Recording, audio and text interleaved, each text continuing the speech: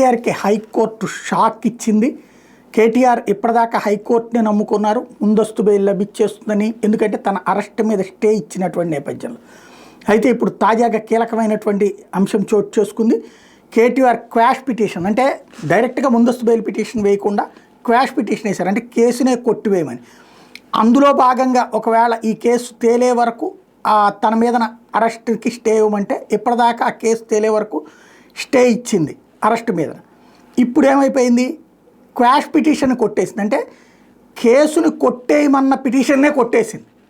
దాంతో ఇప్పుడు ఏసీబీ చేసిన వాదనల్ని పరిగణలోకి తీసుకుంది న్యాయస్థానం. అది విచారించదగ్గదేనని తేల్చింది. కేటీఆర్ అరెస్ట్ మీద స్టే కూడా ఎత్తేసింది. కాబట్టి ఇప్పుడు ఏసీబీ ఏ క్షణంలోనైనా అరెస్ట్ చేయొచ్చు. ఓ రకంగా అదృష్టం, ఓ రకంగా కష్టం. అదృష్టం ఏంటయ్యా అంటే ఇప్పుడు ఈ కారణంగా ఈడీ అరెస్ట్కి వెళ్లకుండా లోకల్ అరెస్ట్తో సరిపోతుంది.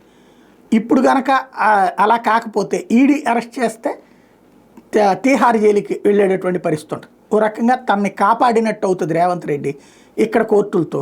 ఇప్పుడు ఏసీబీ అరెస్ట్ చేస్తుందా చూడాల్సి ఉంది.